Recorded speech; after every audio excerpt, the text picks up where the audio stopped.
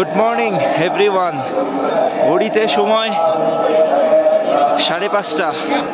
আমি ঠিক কেদারের সামনে, পিছনে পাহাড়টা পুরো ভিজিবল, আকাশ ক্লিয়ার। টেম্পারেচার এখন -5 ডিগ্রি। হাত ফাত কাঁপছে। এখন যাত্রা শুরু করেছি গৌরীকুণ্ডর পথে। আজকে নিচে নেমে যাব।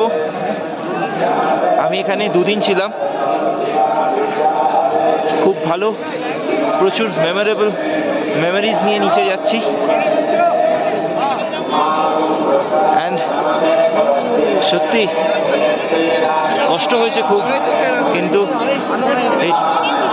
ইট ওয়াজ এ মেমোরেবল ট্রিপ। কেদার দর্শন সারা জীবন মনের মধ্যে একটা দাগ কেটে থাকবে। চলুন, এবার সময় বেশি নেই হাতে, আমাকে ধীরে ধীরে নিচে যেতে হবে। কিন্তু পিছনের এই ভিউ, এটা ছেড়ে যেতে সত্যিই মন করছে না, বাট উপায় নেই, যেতে হবে। চলুন এবার ধীরে ধীরে গৌরীকুণ্ডর পথে হাঁটা যাক। অনেকটা নেমে এসেছি, জিএমবিএন অবধি চলে এসেছি। আর আমার পিছনটা দেখুন, কি অপরূপ দৃশ্য, তাই না? ঠান্ডা, হাত আমার জমে যাচ্ছে, কিনকিন করছে হাতের আঙুলগুলো। কিন্তু পাহাড়ের এই দৃশ্য, এটা যেন মনটাকে একটা জোর দিচ্ছে যে না, হার মানলে হবে না, চলতে হবে। মঞ্জিল আভি দূর হ্যায়, চলতে रहना है। চলুন আমার সাথে আপনারাও এই ব্লগের মাধ্যমে কেদারনাথ থেকে গৌরীকুণ্ড অবধি। পিছনে দাঁড়িয়ে আছে কেদারনাথের মাথার উপর উঠে থাকা নীল পাহাড়। কাল সারা রাত স্নোফল হয়েছে, অজস্র বরফ পড়েছে, ঠান্ডা। এখন -4-5 ডিগ্রি হবে। এখান থেকে আমরা একটা পোটার নিলাম আমাদের ব্যাগগুলো ক্যারি করার জন্য, যে গৌরীকুণ্ড অবধি নিয়ে যাবে। 3000 টাকা নিল।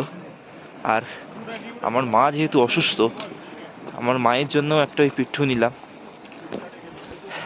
তার সঙ্গে 5000 টাকায় লাস্ট ফাইনাল হয়েছে। 9000 টাকা চেয়েছিল, দর কষাকষি করে লাস্ট 5000 টাকায় রাজি করিয়েছি। গৌরীকুণ্ড অবধি নিয়ে যাবে। আর 300 টাকা এখানে গভর্নমেন্টের চার্জ, মানে একটা স্লিপ, ওরা এদের ভাষায় পর্চি কাটতে হবে। তাহলে 5300 টাকার পেট্টু, যে আমার মাকে গৌরীকুণ্ড অবধি পৌঁছাবে। আর 3000 টাকার একটা পোটার, যে আমাদের লাগেজগুলোকে নিয়ে গৌরীকুণ্ড অবধি যাবে। চলুন আবার একটু পর দেখা হচ্ছে। আমরা এগোতে থাকি গৌরীকুণ্ড অবধি।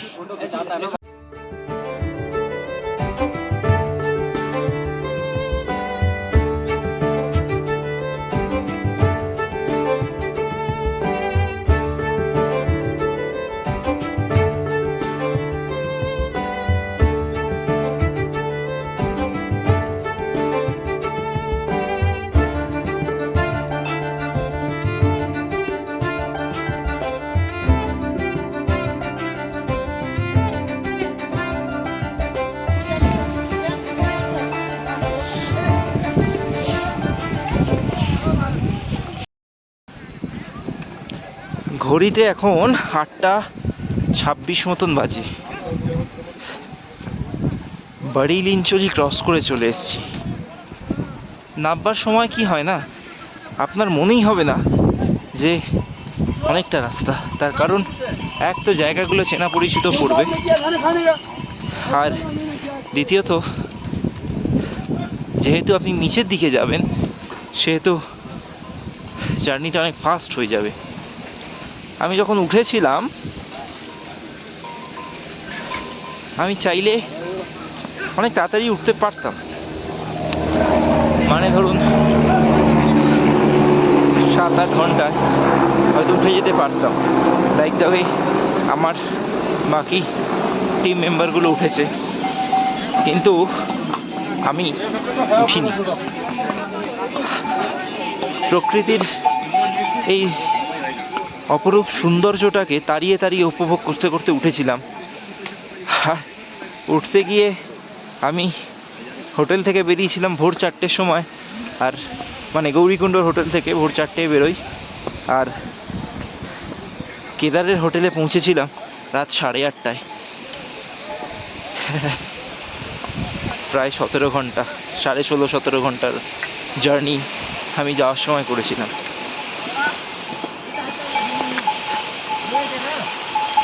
কিন্তু আসার সময় এত লাগছে না, কারণ আমি এক্ষুনি যে জায়গাটা আছি আমি আপনাদের দেখাবো। আমার পিছনে আপনি দেখতে পাবেন ক্যামেরায়, দেখুন।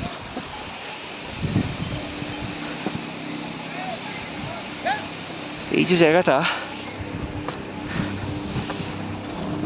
এই জায়গাটা একটা ল্যান্ডস্লাইডের জায়গা, ভয়ঙ্কর ল্যান্ডস্লাইডের জায়গা।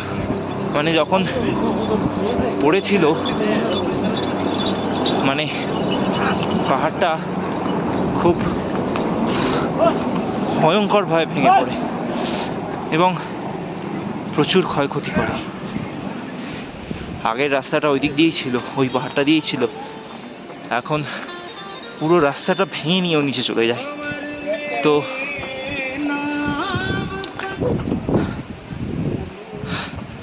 ওই দিকটা পুরোই বন্ধ, এটা নতুন রাস্তা, আর এটা দিয়েই এখন যাত্রীরা যায়, কারণ এছাড়া আর কোনো অপশন নেই।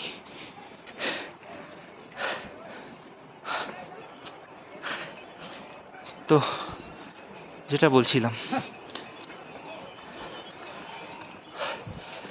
নামবার সময় অত মনে হবে না যে এতটা রাস্তা কষ্ট হবে, কী করে যাব।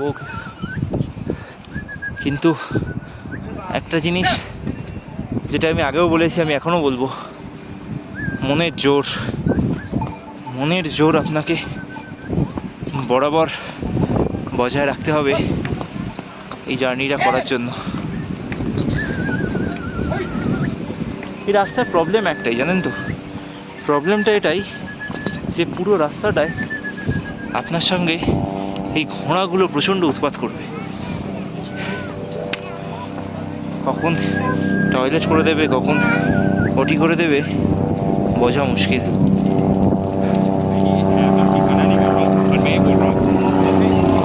দেখা যাক কতক্ষণ লাগে এখান থেকে গৌরীকুণ্ড পৌঁছাতে। গৌরীকুণ্ডর পর আমি ত্রিচুপি নারায়ণ যাব, কিন্তু আমার ব্লগ গৌরীকুণ্ড থেকে শুরু হয়েছে, আবার গৌরীকুণ্ডতে গিয়েই শেষ হবে। তারপর আমি আর এই ব্লগিং কন্টিনিউ করবো না। তবে আপনারা যারাও আসবেন, আমি যে দুটো অভিজ্ঞতা আপনাদের বলেছি আমি আবারও বলবো। এক হচ্ছে আপনাদের হেলথ, কলকাতা থেকে আসুন বা যেখান থেকেই আসুন, নিজেদের হাউস ফিজিশিয়ানকে দেখিয়ে প্রপার মেডিসিনস নিয়েই আসবেন। ইম্পর্টেন্ট মেডিসিনসের মধ্যে ধরুন পেট খারাপের মেডিসিন, কারণ পেট খারাপ আপনাদের হতেই পারে, কারণ এখানে জল এমনিও খুব একটা ভালো নয়, সবই ওই বরফ গোলা জল ইউজ করে এরা। দ্বিতীয়ত খাবার দাবার কোয়ালিটি খুব বাজে। তো পেট খারাপের ওষুধ মাস্ট। 2 নম্বর বমির ওষুধ খুব খুব খুব দরকার পড়বে, কারণ এতটা উঁচুতে আসবেন। অল্টিটিউড সিকনেসের জন্য বমি বমি ভাব হতে পারে। পেট খারাপের জন্য ধরুন মেট্রোজেল, বমির জন্য জোফার। এছাড়াও পার্টিকুলার অল্টিটিউড সিকনেসের একটা মেডিসিন হয় যার নাম ডায়ামক্স, সেটাও অবশ্যই সাথে ক্যারি করবেন, কারণ আমার সাথে বাকি যারা এসছে আমার ফ্যামিলি মেম্বার্স, তাদের মধ্যে আমি আর আমার বাবাকে ছাড়া সবাইকে কিন্তু ডায়ামক্স খেতে হয়েছে, because of the height. We are above sea লেভেলের ওপরে আমরা প্রায় 25,000 মিটার, 11,500 ফিট ওপরে উঠবো। সুতরাং অল্টিটিউড সিকনেস, মোশন সিকনেস, এই টাইপের জিনিসপত্র আপনাদের সাথে চলবে। তারপরে হচ্ছে গা ব্যথার ওষুধ, সেটা নর্মাল যে কোনো প্যারাসিটামল কম্পোজিশনের ওষুধ আনলেই হবে। যেরকম বাচ্চাদের জন্য প্যারাসিটামল 500, প্যারাসিটামল 650, বা আমাদের বড়দের জন্য পাইরেজেসিক 1000, এই জাতীয় ওষুধের খুব প্রয়োজন পড়বে। তারপর সাথে অ্যান্টিবায়োটিক ক্যারি করবেন, ইট ইজ মাস্ট। যে কোনো মুহূর্তে ঠান্ডা লাগতে পারে, প্রচণ্ড শীত, সুতরাং তখন অ্যান্টিবায়োটিকটা কাজে দেবে। সিম্পল অ্যান্টিবায়োটিক্স লাইক অ্যাজিথ্রোমাইসিন বা ক্লাভ্যাম 625, এই জাতীয় অ্যান্টিবায়োটিক সাথে রাখতে পারেন। এছাড়া এই দেখুন না, একেবারে পারলে গায়ে উঠে পড়ে, পাশেই নাড়ি পড়েছে রে। হ্যাঁ, অ্যান্টিবায়োটিকের পর অ্যালার্জির মেডিসিন। দাঁড়ান, ছেড়ে দিয়ে কে। হ্যাঁ, অ্যালার্জির মেডিসিন মন্টেলিউকাস বা অ্যালেগ্রা, এই জাতীয় মেডিসিন সাথে রাখবেন, কারণ ঠান্ডা, সর্দি, কাশি যে কোনো মুহূর্তে হতে পারে। এছাড়া নর্মাল আপনাদের রেগুলার যেসব মেডিসিনস চলে, অনেক মানুষের আছে যারা নিয়মিত ওষুধ খান। আমি পার্সোনালি কোনো ওষুধ খাই না। আমার বাবা মাও অ্যাজ কিছু ওরম মানে রেগুলার কোনো মেডিসিন নেয় না, তো বেসিক আমি এই মেডিসিনগুলো এনেছিলাম, আর এতে কাজ চলে গেছে। আমার কাছে শুধু ডায়ামক্সটা ছিল না, তো কেদারের ওপরে ওদের একটা মেডিকেল ক্যাম্প আছে, যেখানে যদি মনে হয় শরীর খারাপ লাগছে, চেপে রাখবেন না, নির্দ্বিধায় ওখানে যাবেন, ওরা চেক করবে, করে আপনাকে তার প্রপার মেডিসিনস দিয়ে দেবে। এবার কেন এগুলো বললাম, আমি বলছি আমার অভিজ্ঞতাটা আমি বলছি, তাহলে আপনি বুঝতে পারবেন আমি কেন বললাম এই কথাগুলো। দাঁড়ান একটু, এই ঘোড়াগুলো চলে যাক আগে, কারণ এটা যে কোনো মুহূর্তে গায়ে উঠে যেতে পারে। ইনফ্যাক্ট আমি যখন উঠছিলাম, আমি বাবা রে, একদম সব গায়ে গায়ে এসে গেছে। হ্যাঁ, তো আমি যখন উঠছিলাম ঘোড়ায় করে হেঁটে উপরে ওঠার সময়, তখন আমি নিজের চোখেই একটি ঘোড়াকে খাদে পড়ে যেতে দেখেছি, যাত্রী সমেত। তারপর আই গট প্যানিকড, আমি আর দাঁড়াইনি ওখানে, কিন্তু ঘোড়া এখানে is really really really very risky. তো এবার ওষুধ বা হেলথের ব্যাপারটা কেন বললাম, তার কারণ আমার এখানে এসে যে অভিজ্ঞতাটা হলো, আমি যখন গৌরীকুণ্ড থেকে শুরু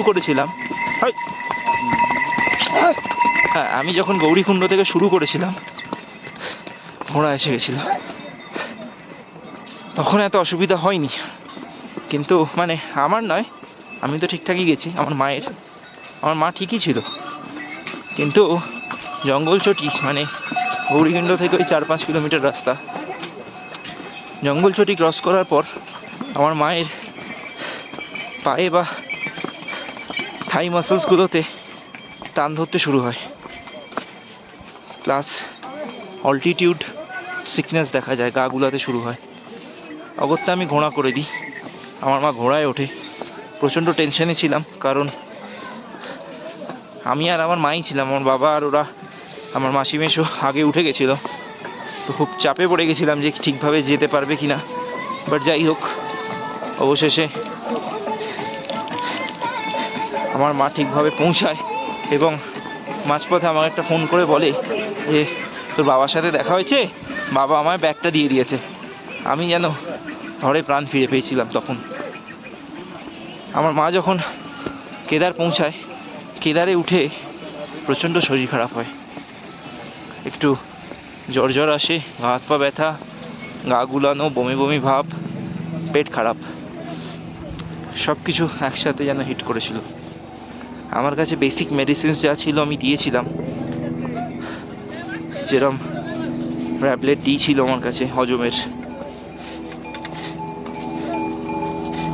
প্লাস তার সঙ্গে জোফার খাইয়ে দিয়েছিলাম একটা পাইরেজেসিক 1000, 3টে ওষুধ একসাথে চালিয়ে দিয়েছিলাম।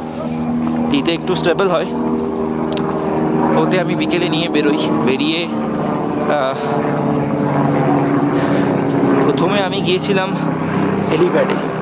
যদি হেলিকপ্টারের সঙ্গে কোনোভাবে কথা বলে এমার্জেন্সি মানে ইকিউতে আর কি, এমার্জেন্সি কোটায় নিচে নিয়ে চলে যাওয়া যায়, বাট পারিনি, ওরা দেয়নি। কারণ ওদের হেলিকপ্টারের প্রবলেম কি জানেন তো, হেলিকপ্টারগুলো এমনি ঠিক আছে, কিন্তু ধরুন আপনি যদি ওতে যেতে চান আপনাকে মিনিমাম 3-4 মাস আগে বুক করতে হবে, নাহলে আপনি পাবেন না। ইকিউ যদি হয়, এমার্জেন্সি হয়, হেলথ ইস্যু থাকে বা এই জাতীয় জিনিসপত্র হয়, তাহলে আপনাকে ওখানে কি করতে হবে, আপনাকে প্রথমে ওদের মেডিকেল ক্যাম্পে গিয়ে পেশেন্টকে দেখাতে হবে। যদি ওখানে ডাক্তাররা আফটার দ্য ট্রিটমেন্ট মনে করে যে হ্যাঁ এমার্জেন্সি আমাকে নিচে পাঠাতে হবে, ওরা ওদের প্রেসক্রিপশানে লিখে দেবে। তারপরে সেটা নিয়ে আপনাকে ওখানে যে সেক্টর অফিসার আছে কেদারনাথের, সেখানে গিয়ে তার অ্যাপ্রুভাল নিতে হবে, নিয়ে তারপরে আপনি ইকিউর হেলিকপ্টার পাবেন। মানে সেটা না পাওয়ার সমানই হয়। নর্মাল হেলিকপ্টার আপনি কোনোভাবেই ওপর থেকে বুক করতে পারবেন না, তার কারণ ওয়েদার যখন তখন ভালো হয়, যখন তখন খারাপ হয়। কালকে ওয়েদার মারাত্মক খারাপ ছিল, পুরো দিনটা বরফ পড়েছে, হেলিকপ্টার বন্ধ ছিল। এর আগে 2-3 দিন ধরে বৃষ্টি হয়েছে, পুরো কেসটা এই ছিল, মানে হেলিকপ্টার চলেইনি। সুতরাং আমি যখন হেলিকপ্টার বুকিংয়ের জন্য গেছি, ওদের 4 দিনের ব্যাকলগ চলছিল। Now how they will arrange it, it's impossible. তো আমি পাইনি। অগত্যা আমি ওই হসপিটালে নিয়ে যাই, ইনফ্যাক্ট আমরা সবাই যাই, গিয়ে আমার মাসি মেশো, আমার বাবা মা প্লাস আমি নিজেও পালস রেট চেক করাই পালস অক্সিমিটারে। হ্যাঁ, এটা একটা কথা মাস্ট আই উইল সে, যে যদি আপনাদের কাছে পালস অক্সিমিটার থাকে সেটাও ক্যারি করবেন। তাহলে ধরুন কারুর যদি অক্সিজেন লেভেল কমে যায়, পালস অক্সিমিটারে দেখে নিতে পারবেন, তখন সঙ্গে সঙ্গে তাকে ওই ডায়ামক্স ওষুধটি দিতে পারবেন, দিলে তার কিন্তু অনেকটা রিলিফ হবে। তো সেখানে দেখা যায় যে আমার মা এবং আমার মাসির pulse was 89 and I think 87। আমার মেশোর পালস ছিল 91। তো তিনজনকেই ডায়ামক্স দিতে হয়েছিল, বাট দেওয়ার পরে স্টেবল হয়েছে। আর উপরে থাকতে থাকতে ধীরে ধীরে যত সময় যাবে, টেম্পারেচার বলুন বা পাহাড়ি অ্যাটমসফিয়ারটা বলুন বা এই হাইটের ব্যাপারটাই বলুন না কেন, এটা শরীরের সঙ্গে অ্যাডজাস্ট হয়ে যাবে। তো ওরা ডায়ামক্স নিয়েছিল, নিতে স্টেবল হয়ে যায়। আমার মা একটু অসুস্থ হয়েছিল, এখনও আছে, তো আমি ওই ডুলিতে নামিয়েছি, নামছে আমার সামনে। বাট আমার আর আমার বাবার pulse weight was 97, we are normal. আমার বাবার কিছু হয়নি, আমরা অ্যাবসলিউটলি নর্মাল উঠেছি এবং নর্মাল এখন নেবেও যাচ্ছি। তো এখানে এই পয়েন্টটা মাস্ট, যে ওষুধ এবং আপনাদের নিজেদের হাউস ফিজিশিয়ান তার পরামর্শ নিয়ে পুরো হেলথ প্ল্যানটা নিয়ে এই ওপরে আসা। শুধু কেদার কেন, যে কোনো কোথাও ট্রেক করবেন না কেন বা কোনো পাহাড়ি এলাকায় ঘুরতে যাবেন না কেন, এই মেজার্সগুলো নেবেন। বিকজ ছোটোবেলায় আমরা যে ফেমাস কোটটা পড়েছি, and that is true, that precautions must, prevention is better than cure. So আগে নিজেকে প্রিভেন্ট করবেন, শরীর খারাপ হয়ে যাওয়ার পর কিওর হওয়ার থেকে শরীর খারাপ হওয়ার আগে নিজেকে প্রিভেন্ট করাটা বেশি ইম্পর্টেন্ট, তাই না? এই ঘোড়াগুলো খুব ডিস্টার্ব করবে আপনার ওঠার পথেও নামার পথেও। তবে আমার পিছনে যদি দেখেন,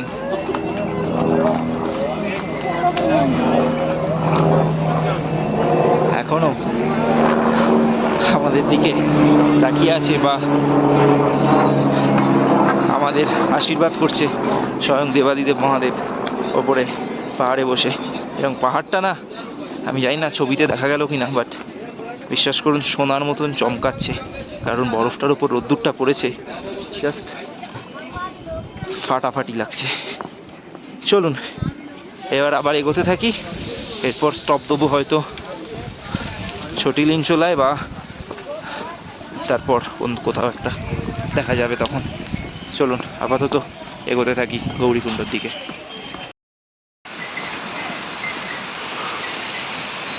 এখন কোনো একটা পাহাড়ের ওপর দিয়ে একটা ঝর্ণা বয়ে আসছে, আমি সেখানে একটা স্টপ দিয়েছি। তার কারণ এইখানে যে রাস্তাটা, এই রাস্তাটার অবস্থা খুব খারাপ। সাবধানে না নামলে যে কোনো মুহূর্তে অ্যাক্সিডেন্ট হতে পারে। না, আমি এখানে আপনাদের অন্য একটা বিষয় বলার জন্য দাঁড়িয়েছি। আমি এই পুরো জার্নিটায় একটা জিনিস রিয়েলাইজ করেছি, সেটা হচ্ছে আমরা শহরে থাকি, কলকাতা শহরে আমি থাকি, খুব অ্যাডভান্স শহর, সব কিছুর অ্যাভেলেবিলিটি খুব ইজি। যখন রিসোর্সের অ্যাভেলেবিলিটি ইজি হয়ে যায়, তখন আমরা একটা স্ট্যাটিক লাইফ লিড করতে শুরু করি। এই স্ট্যাটিক লাইফ লিড করতে গিয়ে আমরা বেসিক নিজেদের হেলথের ওপর কাজ করা ছেড়ে দিই। আমি যদিও রেগুলার নিজের হেলথে কাজ করি, আমি যতই কাজ থাকুক যাই থাকুক, তবুও আমি টাইম বের করে রেগুলার বেসিসে ফুটবল খেলি, মাঠে দৌড়াই।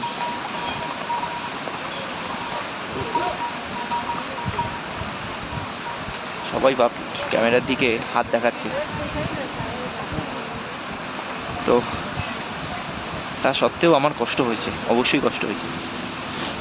আমার বাড়িতে একটা মাল্টি জিম সেটও আছে, কিন্তু না, বসবো না। চলতে চলতে আপনাদেরকে বলি, তার কারণ বসলেই মনে হচ্ছে বসতেই হবে, আর ইচ্ছে করবে না যাওয়ার। এই রে, আবার সেই ঘোড়া, তারা চলে যাক। এই ঘোড়ার উপদ্রব, এই মহা জ্বালাতন এই পুরো রাস্তাটাতে।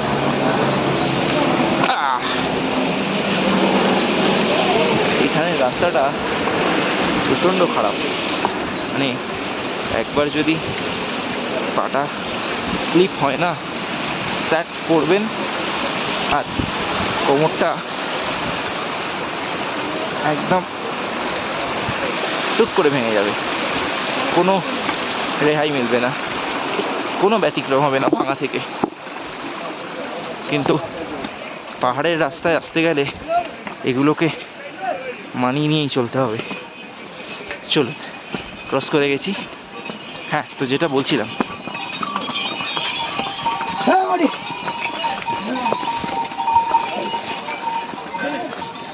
আজ থেকে ধরুন বছর দুয়েক আগে কথা বলছি, আমি তখন খুব স্ট্রং জিম করতাম, হার্ড জিম করতাম, খুব regular with lot of weights. But gym করতে গিয়ে না, আমার রিয়েলাইজেশন ছিল যে আমার কার্ডিওভাস্কুলার সিস্টেম একটু এফেক্টেড হচ্ছিল। মানে আমি ওয়েট ট্রেনিংই করতাম, কার্ডিও বলতে জিমের ভেতরে ট্রেডমিল, ও ছাড়া আর কিছু নেই। বাট when I realized যে কার্ডিও ট্রেডমিলে করলে শরীর ফিট হওয়ার থেকে আরও বেশি স্টিফ হয়। তার কারণ আপনি যখন কার্ডিওভাস্কুলার সিস্টেমের ওপর কাজ করবেন, অর্থাৎ কার্ডিও যেটাকে আমরা বলি, কার্ডিও করবেন, দ্য রুল ইজ সিম্পল। আপনার হার্টবিট বাড়বে, যত আপনার হার্টবিটটা বাড়বে আপনার অক্সিজেনের প্রয়োজন তত বেশি হবে। জিমের মধ্যে এসির ভেতর, আমি জানি না, আজকাল একটা ক্রেজ চলছে, কিন্তু অক্সিজেন কিন্তু আপনি এই খোলা আকাশের নিচেই সবচেয়ে বেশি পাবেন। তাই আমি বলবো, যারা বয়স্ক তারা অবশ্যই রেগুলার বেসিসে একটু হাঁটাহাঁটি করুন, কারণ তাদের পক্ষে হয়তো জগিং করা বা দৌড়ানো সম্ভব নয়, কিন্তু যাই করবেন ওপেন এয়ারে করবেন। অ্যাটলিস্ট প্রত্যেকটা দিন নিজেকে 1 ঘন্টার জন্য হলেও খোলা আকাশের তলায় একটু হাঁটবেন, একটু ঘুরবেন, তাতে শরীরটা কিন্তু অনেকটা আপনার সাথ দেবে। আমার বাবা, he is a 60-year-old man, সামনের বছর ওনার রিটায়ার, 2025-এর মে মাসে, আর হাতে গোনা 6-8 মাস বাকি। কিন্তু হি ইজ স্টিল ফিট। আমার বাবা রিসেন্টলি পায়ে একটা অপারেশনও হয়েছে, একটা প্লাস্টিক সার্জারি করতে হয়েছিল, বাট আফটার দ্যাট সেটা রিকভার করেও উনি রেগুলার কিন্তু মাঠে যান, দৌড়াদৌড়ি করেন। উনি ফুটবল খেলতেন নিজের ইয়াং বয়সে, বড় টিম খেলেছেন, বাট এখনও 60 বছর বয়সেও সে সেটা ধরে রেখেছে। এটা একটা বিশাল, একটা বিরাট ব্যাপার এটা। He is fit, he is going down with me, আমার সামনেই যাচ্ছে। তো জিম করবেন, ইটস ওকে, ওয়েট ট্রেনিং ঠিক আছে করুন, বাট খোলা আকাশে দৌড়ানো, নিজের কার্ডিও সিস্টেম, কার্ডিওভাস্কুলার ইউনিট যেগুলো শরীরের ভেতর আছে সেগুলোর ওপর কাজ করা, প্লাস মাঠে দৌড়ালে আর একটা যেটা সুবিধা হয় সেটা হচ্ছে আপনার বডির যে সাইনোভিয়াল ফ্লুইড আছে প্রত্যেকটা হাড়ের মাঝখানে, যেটা ফ্রিকশন তৈরি করে, মানে ফ্রিকশনের তৈরি করে বলাটা ভুল হলো, সেই ফ্রিকশন রিডিউস করে, চোট কমায়। এই এক্ষুনি যাচ্ছিলো ঘোড়াটা পড়ে, যাই হোক। তো এই ফ্লুইডটার সিক্রিশন থাকাটা ইম্পর্টেন্ট, তার জন্য আপনাদেরকে হাঁটাহাঁটি করতে হবে। সাইনোভিয়াল ফ্লুইড যত শরীরে ব্যালেন্স থাকবে আপনার শরীরে চোট কম আসবে। বয়সের সাথে সাথে যে বাতের ব্যথা আসে বা একটু কোথাও লাগলেই আমরা চোট খেয়ে যাই, মুচকে যাই, পড়ে যাই, এগুলো কমবে। সুতরাং শুধু পাহাড়ে এসছি বলে আমি এটা বলছি তা নয়, এমনিও ইটস মাস্ট যে আপনারা রোজ নিজের হেলথের উপর একটু একটু কাজ করবেন। এর সাথে হেলথ তো ঠিক আছে, হেলথ অবশ্যই আমাদেরকে মেনটেন করতে হয়, তার সঙ্গে ফুড। আজকাল আমাদের একটু আগে যেটা বললাম স্ট্যাটিক লাইফ, আমরা রেডিমেড ফুড বেশি খাই, জাঙ্ক ফুড, দোকানের ফুড। অ্যান্ড প্রত্যেকটা মানুষেরই আজকাল ওই Wow Momo, KFC, Domino's, Arsalan এই জাতীয় দোকানগুলোর খাবার খুব ফেভারিট, আমার নিজেরও খুব ফেভারিট। বাট স্টিল চেষ্টা করবেন যতটা কম খাওয়া যায়, যতটা হোমমেড ফুড, নিজের রান্নাঘরে তৈরি করা খাবার খাওয়া যায় ততই better. And next is the diet. Diet is must. Diet মানে এই নয়, এরকম আমার প্রচুর বন্ধু বান্ধব আছে আমি দেখি, বিশেষ করে এটা মেয়েদের এফেক্ট করে, ছেলেদের মধ্যে অত দেখি না। ছেলেরা সাইকোলজিক্যালি একটু হিরো হয়, মেয়েদের একটা ফিগার মেনটেন করার ব্যাপার থাকে, তাদের সাইকোলজিতে এটা চলে। আমি অনেক দেখেছি, অনেক। আমার নিজের বাড়িতে একজন আছে, তাকেও আমি রোজ দেখছি। হেলদি হওয়াটা খারাপ নয়, হেলদি হওয়া ইজ ইম্পর্টেন্ট। হেলদি মানে একটু ভুল বললাম, এক সেকেন্ড, আসলে ঘোড়াগুলো যাচ্ছে তো আমি বলছি। হ্যাঁ, তো মোটা বা রোগা হওয়াটা কোনো ব্যাপার নয়। কোনো মানুষ মোটা হয়, কোনো মানুষ রোগা হয়, ইটস টোটালি ন্যাচুরাল। এটা যে যার নিজের বডি স্ট্রাকচারের ওপর ডিপেন্ড করে, জেনেটিক এফেক্টের উপর একটা আছে, জিন্সও কাজ করে এখানে। বাট ফিট থাকা ইজ ইম্পর্টেন্ট। আমি একটা এক্সাম্পল দিই, আমার মেশো এক্সাম্পলটা বলেছে, ইটস গুড, যে গণেশ আচার্য একজন বলিউড কোরিওগ্রাফার, আপনারা যদি তাকে চেনেন বা একবার গুগলে সার্চ করে দেখবেন, সে কিন্তু প্রচণ্ড হেলদি, মোটা অনেক, কিন্তু তিনি মারাত্মক ডান্স করেন। তার মানে তার ফিটনেস লেভেলটা ভাবুন। সুতরাং মোটা রোগা is not an issue, issue is being fit. Fit থাকা, হেলদি থাকা, এটা ভেরি ইম্পর্ট্যান্ট। আর তার থেকেও ইম্পর্ট্যান্ট আজকালকার দিনে হেলদি ভাবা। যে হেলদি ভাবতে পারে না, সে অটোমেটিক্যালি তার সব কিছু হেলদি চলে। আর একটা যেটা বলছিলাম, ডায়েট। ডায়েট মানে কিন্তু এই নয় যে আমি খাবো না, বিকজ আমার অনেক বন্ধুবান্ধব আছে, আমি দেখি রেগুলার দেখছি, তাদেরকে বলি, বাট একার কথা শোনে আজকাল, যে ডায়েট করো, একটা ডাক্তার দেখিয়ে নাও, ডায়েটিশিয়ান দেখিয়ে নিয়ে ডায়েট করো, ইটস ওকে। বাট সে একটু হেলদি মানেই আমি খাওয়া বন্ধ করে দেবো, এটা ঠিক নয়। মানে আমি কিছু মানুষকে এরকমও দেখেছি, সে সারা দিনে একটা রুটি খায়। কেন? তাকে রোগা হতে হবে। আমি জানি না, সত্যিই আমি জানি না যে সারাদিনে না খেলে রোগা হয় কি না, কিন্তু আমি এটা জানি যে regular exercise and proper balance diet করলে শরীর কিন্তু ধীরে ধীরে ধীরে ধীরে একটা শেপ নিতে শুরু করে। আমি নিজে 3 বছর জিম করেছি, আমি নিজে 3 বছর ওই জায়গাটায় কাজ করেছি, আমি দেখেছি actually it happens. Proper diet and maintaining your self through exercise and proper hygiene will make you fit, 100% will make you fit. তখন এই 24 থেকে 30 কিলোমিটার এই যে রাস্তাটা, এটা আপনার কাছে জাস্ট দৌড়ি মেরে হবে, কিচ্ছু এসে যাবে না। আমি যখন উঠছিলাম আমি অনেক হাট্টা কাট্টা মাস্কিউলার মানুষকেও দেখেছি, যে মানে বোঝাই যাচ্ছে দেখে তারা জিম ফিম করে, খুব স্ট্রং মাসল ফাসল বানিয়েছে, কিন্তু রাস্তায় বসে হাঁপাচ্ছে। কিছু কিছু তো দেখেছি ইভেন শুয়েও পড়েছে। তার কারণ ওয়েট ট্রেনিং করতে গিয়ে কখন যে কার্ডিওভাস্কুলার সিস্টেমটা কাজ করছে না সেটা বুঝতে পারছে না। তাই ওয়েট ট্রেনিং করুন, আই ওয়ন্ট সে করবেন না, করুন, বাট তার সঙ্গে কার্ডিওভাস্কুলার সিস্টেমে কাজ করা, সাইনোভিয়াল ফ্লুইডের ব্যালেন্স, কার্ডিয়াক সিস্টেমকে স্ট্রেংথেন করা, শরীরের মোবিলিটি রাখা, স্ট্রেংথ, নিজের কোর স্ট্রেংথটা বাড়ানো is very very very important for anything. সেটা ট্রেক বলুন, সেটা দৈনন্দিন জীবন কাটানোই বলুন, বা নিজের লাইফস্টাইল মেনটেনই বলুন না কেন। If your body is fit, your mind will be fit. কাজে একটা অন্য এনার্জি আসে। আবার সেই ঘোড়া। সুতরাং হেলথের ওপর প্রত্যেকটা মানুষের, I would say from this video, কাজ করা উচিত।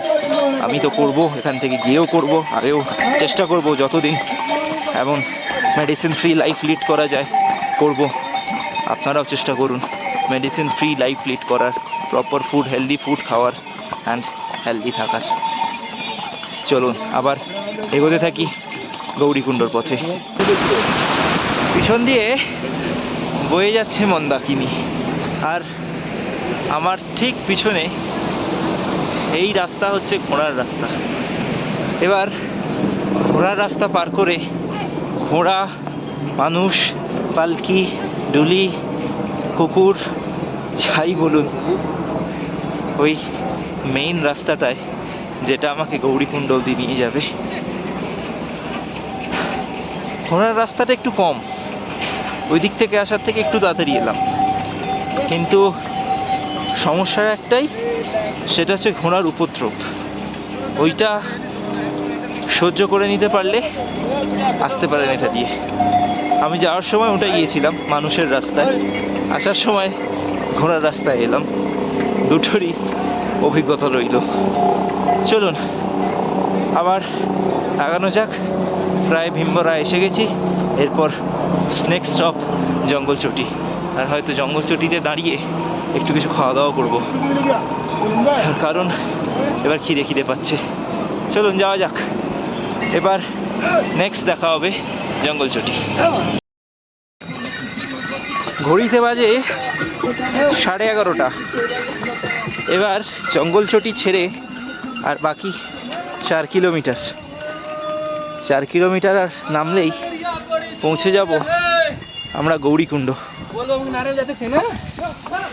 আমি যদিও জঙ্গলচটি পৌঁছে গেছিলাম ওই 11:15 নাগাদ, বাকিরা পিছিয়ে পড়েছিল বলে তাদের জন্য আবার একটু বসেছিলাম।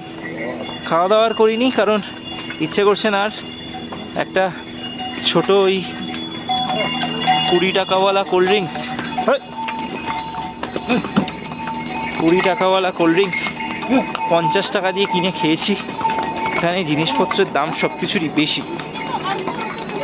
ওটা খেয়ে আবার হাঁটা লাগিয়েছি। এবার বাকিরা সবাই আমার সামনে, আমি সবার পেছনে।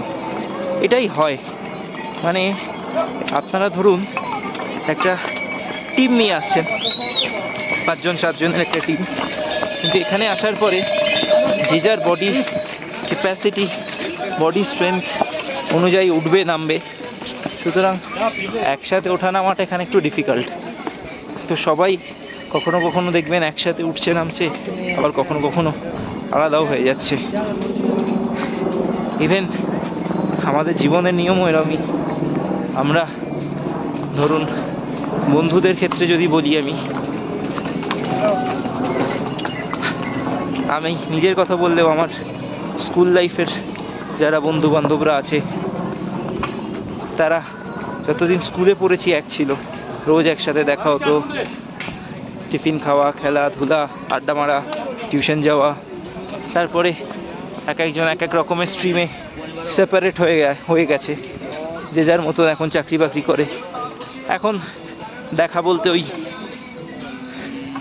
শুধু হয়তো পুজোর সময় বা মাঝে সাঝে এক আধবার, আবার যে যার মতন। আবার পরের বছর পুজো আসে, আবার বা কোনো কারোর কোনো জন্মদিন হোক, কিছু হোক, কোনো অনুষ্ঠান হোক, মানে অনুষ্ঠান উপলক্ষ করে দেখা হয়, নাহলে আবার যে যার মতন হয়ে যায়। তো এই কেদারে ওঠানামার পথটা ওইরমই, একসাথে আসলে কি হবে, ওঠানামাটা কিছু কিছু সময় একসাথে, আবার কিছু কিছু সময় আলাদা আলাদা। আমার পিছনে যেটা লেখা আছে, ধীরে চলনে মে সফর কা আনন্দ হ্যায়, আর ঠিক এই বোর্ডটার পিছন দিকে লেখা আছে, ধীরে চলে সুস্থ পৌঁছে। দুটো কথাই কিন্তু ঠিক।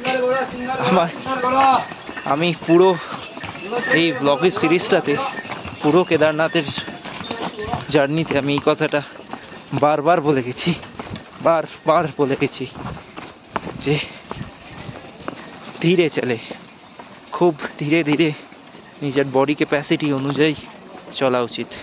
তাড়াহুড়ো করে কষ্ট পেয়ে কোনো লাভ নেই তাতে। ধীরে ধীরে চলুন, সাবধানে চলুন, যেটা সব থেকে বেশি ইম্পর্টেন্ট, সাবধানতা। ডেস্টিনেশন এখানে সবার একটাই, সবাই একই জায়গায় পৌঁছাবে, কেউ আগে কেউ পরে, কিন্তু গিয়ে একই জিনিস দেখতে পাবে। প্রকৃতির সৌন্দর্যটা যে আগে পৌঁছাবে তার জন্য যা, যে পরে পৌঁছাবে তার জন্য একই, আলাদা কিচ্ছু নয়। তো এই ব্লগটা আমার পুরো কেদার সিরিজের ব্লগ অলমোস্ট শেষের দিকে। আর अगेन आई वुड से इन हिंदी, धीरे चले सुस्त चले सावधान से चले।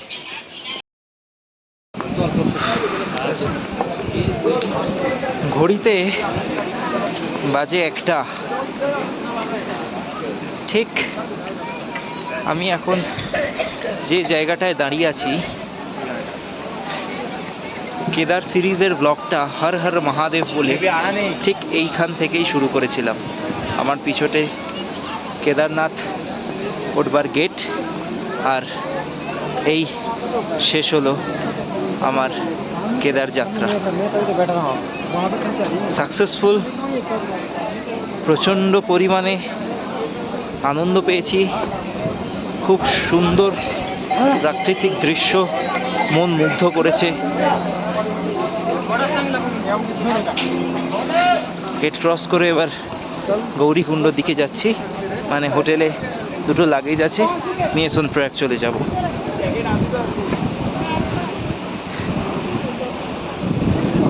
কেদারের মন্দিরের সামনে কালকে সন্ধ্যা আরতির সময় দেহরাদুন থেকে আসা একজন হাজব্যান্ড ওয়াইফ, তাদের বয়স আমার বাবা মায়ের বয়সই হবে, ওনারা একটা ভালো কথা বলেছেন। যখন আমরা মন্দিরে সামনে দাঁড়িয়ে সন্ধেবেলায়, তখন অজস্র পরিমাণে বরফ পড়ছিল। তো ওনারা বললেন যে কেদারনাথ পৌঁছানো আর পৌঁছানো তো হচ্ছে একটা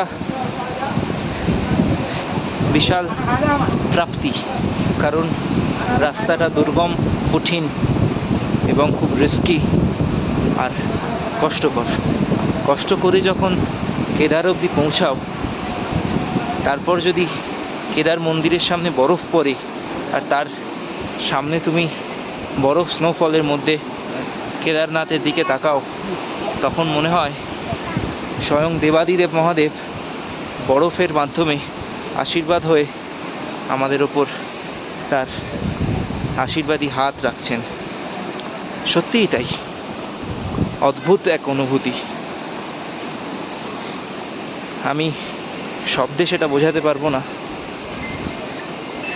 আমি হয়তো ভগবানে খুব একটা বিশ্বাসী নই, বা একদমই বিশ্বাসী নই, কিন্তু যারা বিশ্বাসী তাদের জন্য কেদার পৌঁছানো বা ওই পুজো দেওয়া সেটা যেরকম একটা প্রাপ্তি, আমার জন্য কেদারের পিছনে নীল পাহাড় বা চোরাবালি লেক বা ভৈরব বাবা বা ওই ঝর্ণাগুলো বা ওই প্রাকৃতিক সৌন্দর্য, -2 ডিগ্রি টেম্পারেচার যাই বলুন না কেন, প্রাকৃতিক সৌন্দর্যটা আমার জন্য একটা প্রাপ্তি।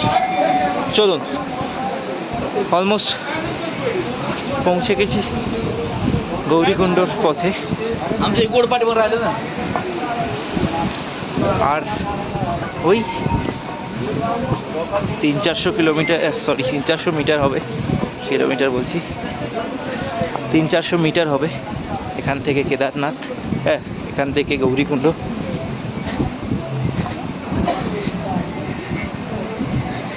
বাকিরা সবাই পৌঁছে গেছে, আমি একটু পিছিয়ে পড়েছিলাম আর কি। তো আমি ধীরে ধীরে এবার যাচ্ছি। কষ্ট করে হলেও পারলে একবার আসবেন, আসলে বুঝতে পারবেন সেটা আপনি ওই আমার কথা মতন 99%-এর মধ্যেই আসেন বা 1%, যদি আপনি আসেন, আপনি যে ক্যাটাগরিরই লোক হন না কেন, ভগবান বিশ্বাসী বা আমার মতো বিজ্ঞান বিশ্বাসী যেমনই হন, ইভেন আপনি যদি নেচার লাভার, প্রকৃতির প্রেমীও হন, তবুও আপনি কিন্তু এক দারুণ এক্সপিরিয়েন্স এখান থেকে নিয়ে বাড়ি ফিরবেন। চলুন, ব্লগটা এখানেই এন্ড করব, তার কারণ আমি অলমোস্ট পৌঁছে গেছি। সবাই বারবার ফোন করছে। খুব ভালো ছিল কেদারনাথের জার্নি। আমার মায়ের শরীরটা খারাপ না হলে আরও ওটা মাও একটু আরও আনন্দ করতে পারতো। যাই হোক, তবে যার শেষ ভালো তার সব ভালো। পৌঁছালাম গৌরীকুণ্ড।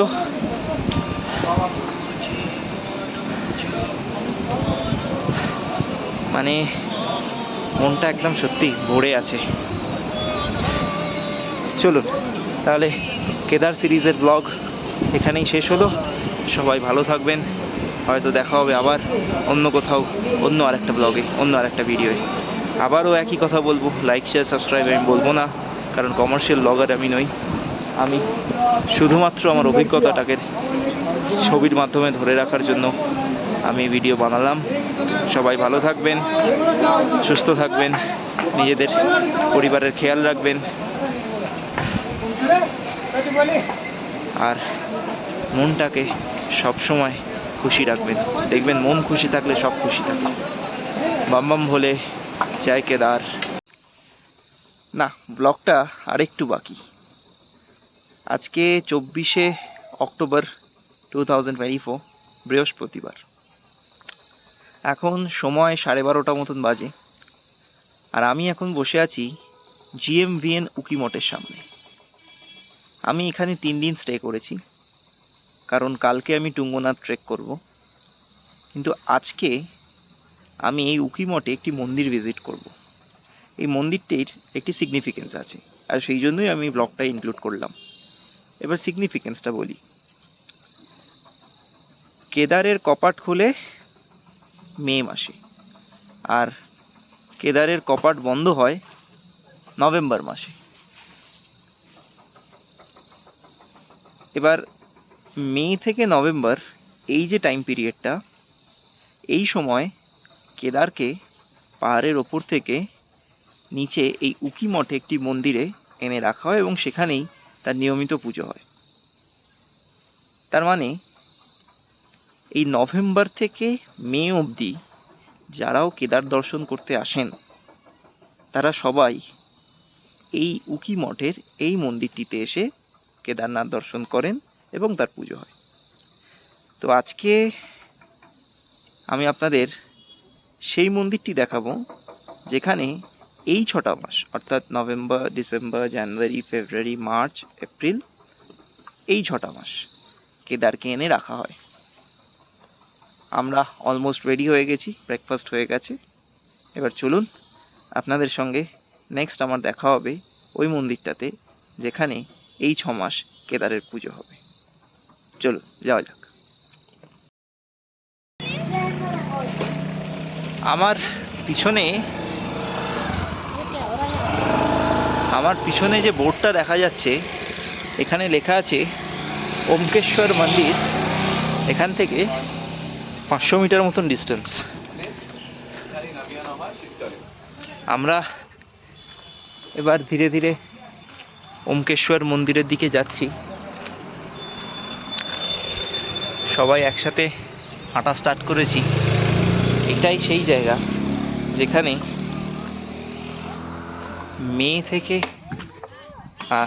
নভেম্বর থেকে মে মাস অবধি, মানে শীতকালটা, যখন কেদারনাথ পুরো বরফে ঢেকে যায়, তখন কেদারনাথের শিবকে এখানে এনে রাখা হয় এবং তার পুজো বা যে যাত্রীরা শিব দর্শন করতে না আসেন, কেদার দর্শন করতে না আসে, তারা কিন্তু এখানেই এসে কেদারের দর্শন পায়। তো চলুন এরপর গিয়ে দেখা হচ্ছে মন্দিরে। চলুন সবার সাথে এবার এক এক করে চলতে চলতে আলাপ করব আর সবাইকে, মানে সবার থেকে জানবো যে তাদের কেদার যাত্রার এক্সপিরিয়েন্স। তো প্রথমে আমার সঙ্গে ক্যামেরায় আছে আমার জয় কাকু। কেদার আমি আগে 28 বছর আগে গেছি। হ্যাঁ, তো সেই একটা অভিজ্ঞতা তখন ছিল, সেই অভিজ্ঞতাটার কাজে লাগিয়েছি এবারে আমি প্রথম দিকটা কেদারে খুব তাড়াতাড়ি কভার করার চেষ্টা করি। যখন এনার্জি হাই থাকে তখন বেশি দাঁড়াইনি, ওয়েট করিনি। আর পরের দিকে আমি জানতামই যে ইট উইল বি টাফ। রামওয়াড়ার পরে যে চড়াইটা শুরু হবে, ছোটে লিঞ্চলি, বড় লিঞ্চলির পর থেকে ছানি ক্যাম্প এবং তারপরে কেদার বেস ক্যাম্প অব্দি যে চড়াইটা, শেষ দিকে হাঁটা উইল বি ডিফিকাল্ট, সেটা আমি বুঝতে পেরেছিলাম। তো সেই জন্য প্রথম দিকে জঙ্গল চট্টি বা ভীমবালি অবধি আমি মোটামুটি যতটা পেরেছি আমার পেস রাখার চেষ্টা করেছি, তারপর থেকে স্লো হয়ে গেছি। তো এটা ওয়াজ মাই প্ল্যান, আর সেই প্ল্যান অনুযায়ী আমি এক্সিকিউট করেছি ভালোভাবে। আমি 8.5 ঘন্টার মধ্যে উঠে গেছি। তো আমাদের কপাল খুব ভালো ছিল, আমরা ওয়েদার খুব ভালো পেয়েছি যেদিন গেছি এবং যেদিন ফিরেছি। 2 দিন ট্রেকিংয়ের দিন আমাদের ওয়েদার খুব ভালো ছিল, আর যেদিন ওখানে কেদারে ছিলাম সেদিন আমরা স্নোফল পেয়েছি। তাই overall it was a awesome trip. আর ন্যাচারাল বিউটি দুর্ধর্ষ, মাইথোলজি এবং ন্যাচারাল বিউটির মিশ্রণে কেদারকে অতুলনীয় করে উঠেছে। আর প্রাকৃতিক সৌন্দর্যটাকে নিয়ে কি বলতে চাও? প্রাকৃতিক পাহাড়টা বরফে ঢাকা আমরা দেখলাম, দুর্ধর্ষ। আর তারপরে আমরা স্নোফল পাওয়ার পরে আবার বরফ, আরও আরেকটা স্তরের বরফ পড়ে গেল পাহাড়ের উপর। তো পুরোপুরি একটা ন্যাচারাল বিউটি। পিছনে যে লেকটা, সেই লেকটা এত সুন্দর, বা উপরে আমরা যখন ভৈরব বাবার মন্দির গেলাম সেখান থেকে কেদারঘাটির যে ভিউ, দুর্ধর্ষ। আরে জয় কাকু প্রচুর ট্রিপ করে, প্রচুর ঘুরে বেড়ায়, অনেকগুলো ট্রেক করেছে এখনো অবধি। তো তোমার কোনো টিপস আমার ভিউয়ার্সদের, যে যারা কেদার আসবে? কেদার আসলে এক তো হচ্ছে প্রথমে প্রিকশন নিয়ে আসতে হবে অল্টিটিউড সিকনেসের জন্য। তার জন্য ডক্টর কনসাল্ট করা ইজ আ মাস্ট আসার আগে। একদম। Second tip, you have to be slow and steady. যদি হেঁটে উঠতে চাও, স্লো অ্যান্ড স্টেডি, কন্টিনিউয়াস একটা মোশনে চলবে, নিজের রিদম ছাড়লে চলবে না। নিজের রিদম যে থাকবে সেই রিদমটা ধরে রাখতে হবে। সেটা স্লো হতে পারে, সেটা ফাস্ট হতে পারে, সেটা মিডিয়াম হতে পারে। নিজের রিদম ছাড়া চলবে না, রিদম অনুযায়ী চলতে হবে। আমি আমার মোশনকে, নিজেকে ছাড়িয়ে যাওয়ার কোনো চেষ্টা করবো না, চাপবও না, কমাবো না, বাড়াবও না। নিজের মোশনটা ধরে রাখতে হবে, দ্যাটস ইম্পর্টেন্ট। চলো, থ্যাংক ইউ। এরপরে আমরা আবার এগোতে থাকি, আর এগোতে এগোতে নেক্সট যে মানুষটাকে আমরা তার অভিজ্ঞতা জিজ্ঞেস করবো সেটা হচ্ছে আমার বাবা। বলো, তুমি কেদার উঠলে, he is a 60-year-old man. তার বিশাল এটা একটা অ্যাচিভমেন্ট যে 60 বছর বয়সে সে পুরো কেদার ট্রেক হেঁটে উঠেছে, প্লাস হেঁটে নেমেছে, এবং he was absolutely fit and fine. তো তোমার অভিজ্ঞতা শেয়ার করো। ভীষণ ভালো লেগেছে। তবে কেদারে ওঠার সময় আমার ছেলে রিভু যেভাবে বলেছিল আমি সেটা শুনিনি। আমি ভাবলাম কোনো একটা পিক পয়েন্টে পৌঁছাতে হবে, কত তাড়াতাড়ি পৌঁছে যাব সেই চেষ্টা করেছিলাম। তাতে যেটা হলো, আমি তাড়াতাড়ি উঠতে গিয়ে একটু পাগুলো ব্যথা হয়ে গেল, একটু দমের ঘাটতি হলো। তবুও যেহেতু স্টেপটা আমি ছোট ছোট ফেলেছি, সেই কারণে আমি পৌঁছাতে পেরেছি ঠিক জায়গা মতো। হয়তো সময় আর একটু দেরি হতো, হয়তো আরও ঘন্টা দুয়েক পরে উঠতাম, কিন্তু কষ্টটা হয়তো এতটা হতো না। তাই এখন থেকে পাহাড়ি রাস্তায় বলুন বা কোনো ট্রেকিং বলুন, উঠতে হলে সেম স্টেপ, ছোট ছোট স্টেপ, আস্তে আস্তে ধীরে ধীরে উঠতে হবে। সময় লাগুক, কোনো কষ্ট হবে না, আপনি ঠিক পৌঁছাতে পারবেন। আর তাই হ্যাঁ বলো। যারা পরবর্তীকালে আসবেন কেদারে, তারা শুধু এইটুকুই মাথায় রাখতে হবে তাদের, যে খুব ধীরে ধীরে স্লো মোশনে উঠতে হবে। যখনই কষ্ট হবে দাঁড়াতে হবে, সময় নিতে হবে, সঙ্গে জল রাখতে হবে, বিশেষ করে গ্লুকন ডি বা মানে কোনো মিনারেল ওয়াটার, গ্লুকোজ ওয়াটার এসব রাখলে একটু একটু করে খাবেন। আস্তে আস্তে আস্তে আস্তে সময় ধরে ধরে ধরে ধরে উঠতে। আর প্রাকৃতিক সৌন্দর্য কেমন লেগেছে? প্রাকৃতিক সৌন্দর্য বিভিন্ন জায়গায় বিভিন্ন রকম ভিউ আসবে, ওয়েট করতে হবে, দাঁড়িয়ে দাঁড়িয়ে দেখতে হবে, প্রকৃতির মনোরম দৃশ্য উপভোগ করতে হবে। আর শুধু তাই না, সেগুলো তুলে রাখার চেষ্টা করবেন, ক্যামেরাবন্দি করবেন। এইভাবে আস্তে আস্তে চলুন, মনে হবে যে না, এই ট্রেকিং এত কিলোমিটার পথ, এত সুন্দর পরিবেশ একেবারে স্মৃতি হয়ে থাকবে, দীর্ঘদিন মনে থাকবে। এত ভালো, কষ্টকর, তবু যখন কমপ্লিট করে ফিরবেন ভীষণ ভীষণ ভালো লাগবে আপনার। আর কোনো টিপস দেবে যারা আসবে এরপরে? তোমার তো অভিজ্ঞতা হয়ে গেল, তোমার দিক থেকে কোনো যে কোনো একটা টিপস যেটা যে আসবে তার জন্য তোমার মনে হয় ইম্পর্টেন্ট। টিপস বলতে এটাই যে প্রথমত যে একটু সময় থাকতে, অর্থাৎ এই ধরুন 50-55 মধ্যে এলে ভালো। তার কারণ এরপর আমাদের যে মাসেল পাওয়ারটা একটু কমে যায়, তাতে যে খুব অসুবিধা হয় তা না। আমি আগেও বলেছি যে ধীরে ধীরে উঠতে হবে, কোনো অসুবিধা হবে না। আসুন, অপরূপ দৃশ্য, প্রাকৃতিক এবং পাহাড়ের যে মনোরম দৃশ্য এ উপভোগ করে যান। ভীষণ ভীষণভাবে ভালো থাকবেন এবং আপনার এই যে ঘোরার যে মানসিকতা, এটা ক্রমশ বাড়বে। মনে হবে নেক্সট ট্রিপ আবার যাব, আবার অন্য কোথাও যাব, আবার অন্য কেদার দেখব, আবার আরও উঁচু শৃঙ্গ। অথবা এটা যদি ধরুন 19 কিলোমিটার হয়, তারপরে আপনি মনে করবেন যে না, আমি কেন পারবো না 30 কিলোমিটার, আমি কেন পারবো না এভারেস্ট ক্যাম্পে যাব। আমি এই বয়সেও সাহস নিচ্ছি, এভারেস্ট ক্যাম্পে যাব, আমার ছেলের সাথেই যাব। আপনারা চেষ্টা করুন, আসুন, ঘুরুন, বেড়ান, ভীষণ ভালো লাগে। Thank you. আমরা আমার বাবার অভিজ্ঞতা জানলাম। এরপর নেক্সট যাকে আমি পাবো তার থেকে শুনবো। চলুন দেখি এরপরে কাকে পাওয়া যায়। কারণ আমাদের টিমে সব মিলিয়ে আমরা 5 জন মেম্বার, 2 জনের অভিজ্ঞতা শুনেছি, বাকি 2 জন আছে আরও। আমার তো কথা আমি পুরো ব্লগটাতে বলেইছি, তাদের থেকেও শুনবো। চলো যাওয়া যাক। ঘড়িতে সময় 2:25। আমার ঠিক পিছনে এটা কুকিমঠের ওমকেশ্বর টেম্পল।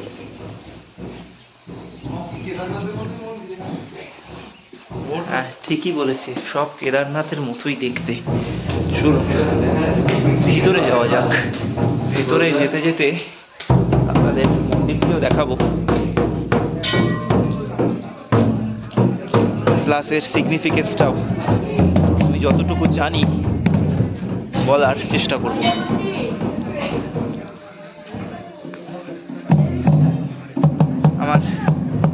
পিছনে হচ্ছে ওমকেশ্বর মন্দির, অনেক পুরনো মন্দির, পুরনো আর্কিটেক্টের কাজ, ছোট, খুব বেশি বড় নয় মন্দিরটি, তবে সিগনিফিকেন্সটা অনেক বড়।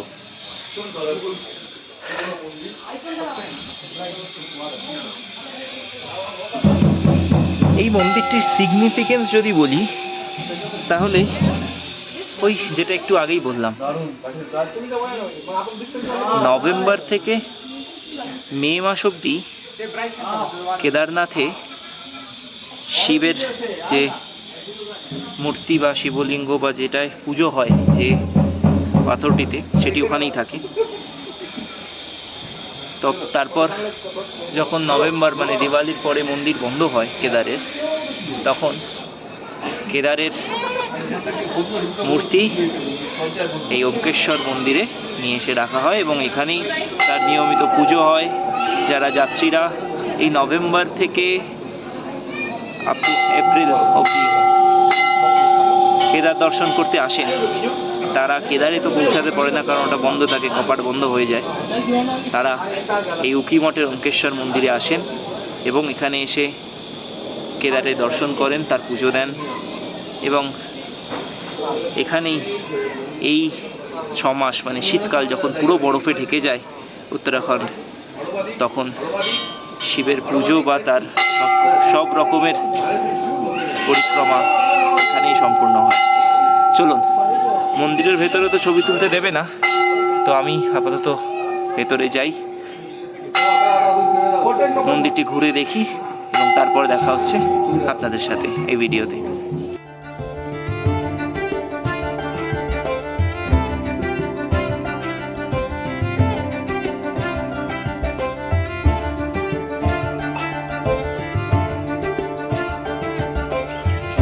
চলতে চলতে এবার পেয়েছি আমাদের আরেকজন টিম মেম্বারকে, সেটি হচ্ছে আমার মা।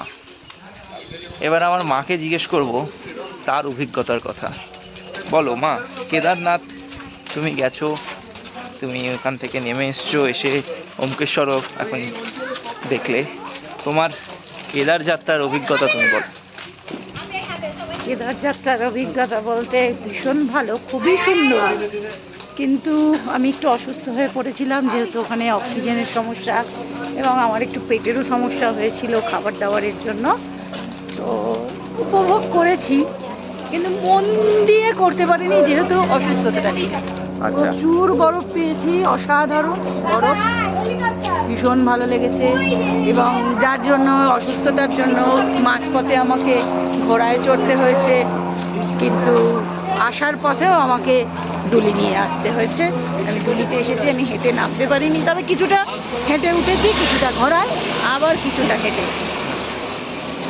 আর তো ওখানের মন্দির অসাধারণভাবে আমি দর্শন করেছি, খুব ভালোভাবে, খুব সুন্দর গিয়েই মন্দির দর্শন করেছি। আর সারাদিন, পরের দিন তো সারাদিন বরফ, প্রচুর বরফ, খুব এনজয় করেছি। এখানে আমি একটা কথা বলবো যে যেহেতু আমরা হেঁটে উঠেছি আর আমার মা ঘোড়ায় উঠেছে, তাই সব থেকে লাস্ট আমাদের শুরু করেছিল আমার মা, কিন্তু সব থেকে ফার্স্ট পৌঁছেছে আমার মা। হ্যাঁ, তো আর তুমি কোনো টিপস দিতে চাও যারা এখানে এরপরে আসবে, তোমার অভিজ্ঞতার রেসপেক্টে যদি কিছু তুমি টিপস দাও? হ্যাঁ, অবশ্যই আমার অভিজ্ঞতার রেসপেক্টে আমি টিপস দেবো। প্রচণ্ড খাড়াই এবং প্রচণ্ড বাজে রাস্তা, সুতরাং সম্ভব হলে ঘোড়ায় না যাওয়াই ভালো। ডুলি বা ওটাকে কি বলছে, পালকি, এইতেই যাবেন। আর যদি হেঁটে উঠতে পারেন তো খুবই ভালো, যদি কারো সমস্যা না থাকে একটু সময় নিয়ে যাবেন, ধীরে ধীরে উঠবেন, গিয়ে একদিন থাকবেন, পুজো দেবেন, সারাক্ষণ সারা রাতই মন্দির খোলা থাকে, কোনো অসুবিধা নেই। কিন্তু আসুন, আর এই সময় আসবেন তাহলে বরফ পাবেন। না এরকম নয়, মে মাসে বরফ কি থাকে? মে মাসের বেশি থাকে বরফ, ওটা ডিপেন্ড করে শরীরের উপর নির্ভর করবে, কিন্তু তাড়াহুড়ো করবেন না, ধীরে ধীরে উঠবেন। ওই আমার মতোই করবেন, যতটা সম্ভব ওঠা পারবেন। আমি তো প্রায় 6 কিলোমিটার 7 কিলোমিটার উঠেছিলাম, কিন্তু তারপরে আর পেরে উঠলাম না, তারপর আমাকে আমার ছেলে ঘোড়ায় তুললো, ঘোড়ায় গেলাম। আলটিমেটলি সবাই একটাই কথা বলছে কমন, যেটা যে ধীরে ধীরে উঠবেন, এটা ইম্পর্টেন্ট। যে যার নিজস্ব বডি পেস বা বডি ক্যাপাসিটি অনুযায়ী উঠবেন, কেউ ধীরে, কেউ আগে, কেউ পরে, কেউ আস্তে, কেউ জোরে। কিন্তু আমাদের মনে হয়েছে যে যদি ধীরে ধীরে আস্তে আস্তে একটু একটু করে উঠতে থাকেন, তাহলে আপনার যাত্রাটা অতটা কষ্টকর হবে না। মানে তাড়াহুড়ো করে উঠে গেলাম, গিয়েই এমন তো নয় যে আমরা কোনো কম্পিটিশান করছি যে আগে গেলে আমি একটা প্রাইজ পাবো, একদম। এরম নয়। কি বরং আগে দৌড়ে ছুটে যেতে গেলে, আগে পৌঁছাতে জোরে ধরো উঠলাম, তাতে গিয়ে আমার কষ্ট বেশি হবে, গা হাত পায়ে বেশি ব্যথা হবে। তার চেয়ে বেটার যে ধীরে ধীরে আমরা উঠবো আস্তে আস্তে। আমরা শুরু করেছিলাম এবং ভোর হ্যাঁ, 6টায়।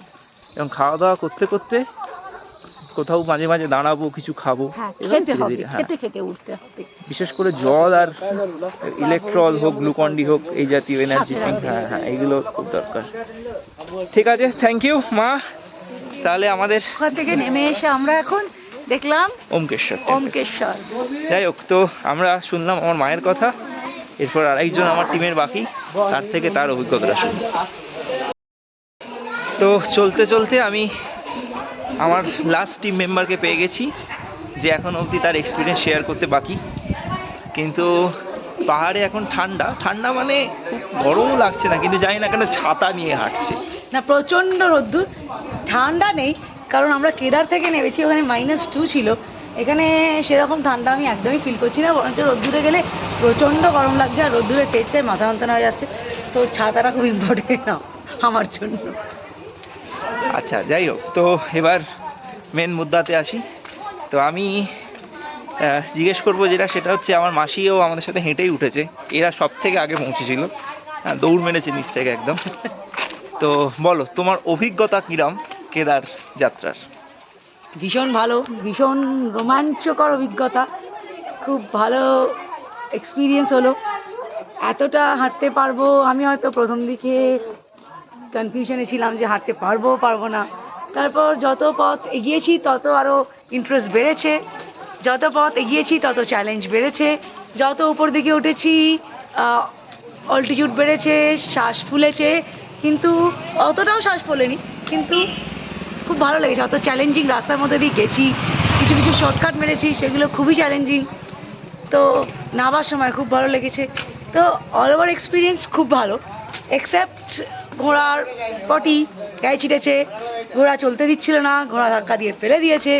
তো সেই এক্সপিরিয়েন্সটা খুবই খারাপ। তাছাড়া ভীষণ ভালো এক্সপিরিয়েন্স, এতটা হেঁটে ওঠা, হেঁটে নামা, ওখানে পুজো দেওয়াটা ভীষণ ভালো হয়েছে। ভগবানের কাছে গেলে তো একটু কষ্ট করতে হয়, কষ্ট না করলে তো কেষ্ট পাওয়া যায় না। তো কষ্ট করে কেষ্টটা পেয়েছি, কেষ্টনাথ মহাদেবকে পেয়েছি অন্তত। ওখানে গিয়ে পুজো দিয়ে খুব ভালো লেগেছে, অ্যান্ড খুব খুব খুব ভালো এক্সপিরিয়েন্স। আর আমরা যে বরফটা পেলাম কেদারনাথে, সেই ব্যাপারে হ্যাঁ, এটা তো মানে পরে পাওয়া 14 আনার মতো। সো ওটা একটা, এই যে রোদ্দুর চলে এলো আমার মুখে, তো ওটা একটা আলাদাই কি বলবো এক্সাইটমেন্ট। হঠাৎ করে নিচের থেকে বৃষ্টি ছিল, তারপর উপরে গিয়ে হঠাৎ করে স্নোফল, তো ওটা মানে জাস্ট ভাষায় প্রকাশ করার মতো নয় আর কি। আর ওই স্নোফলের মধ্যে দাঁড়িয়ে আমরা এনজয় করছিলাম, আরতি দেখেছি। সো অসম অসম। আর ওরা, আমার মাসি আর মেশো, এরা প্রচুর ট্রাভেল করে, ওদের প্রচুর এক্সপিরিয়েন্সও আছে এসব ব্যাপারে, ওরা অনেক ট্রেক করেছে এর আগে। তো ট্রেক সম্বন্ধে তোমার হ্যাঁ, পুরোনো আমরা- এক্সপিরিয়েন্স বা এই এক্সপিরিয়েন্স মিলিয়ে যারা নতুন আসবেন তাদের জন্য আমরা ট্রেক করেছি। ট্রেকে যেটা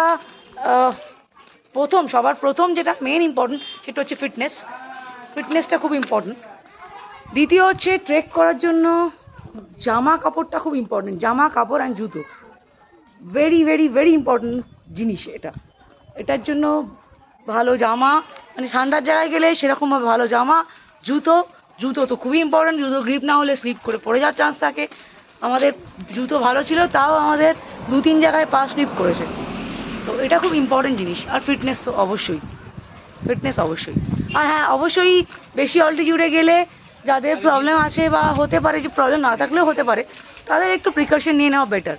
ডায়ামক্সটা যদি একদিন আগে থেকে খাওয়া যায় তাহলে হয়তো বেটার হয়। ডায়ামক্স একটি ওষুধ যেটা অল্টিটিউড সিকনেসের জন্য আমরা ইউজুয়ালি খেয়ে থাকি। যাই হোক, তো আমরা আমার মাসির থেকেও তার অভিজ্ঞতার কথা শুনলাম, থ্যাংক ইউ। Thank you. তো আমি অলমোস্ট আমার ব্লগের শেষের দিকে চলে এসেছি। এইবার আমি সেই জায়গাটায় বসলাম যেখান থেকে ওমকেশ্বর টেম্পল, ওমকেশ্বর মন্দিরের শুরু। আমার ঠিক পিছনে তার ইনফরমেশন বুলেটিনটা দেওয়া আছে।